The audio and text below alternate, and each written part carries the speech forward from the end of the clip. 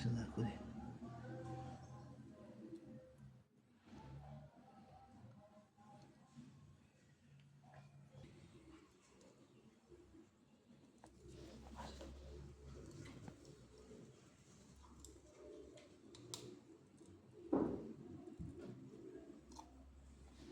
İstediğimiz yere mi?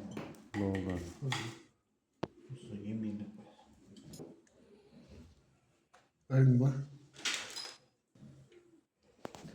Ron yapıt ama.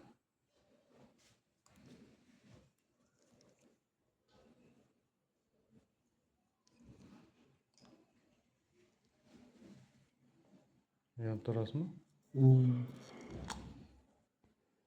Bak çok taşınmış. Sen koş.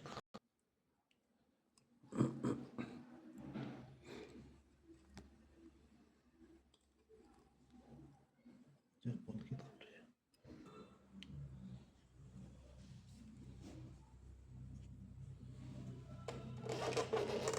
Ne?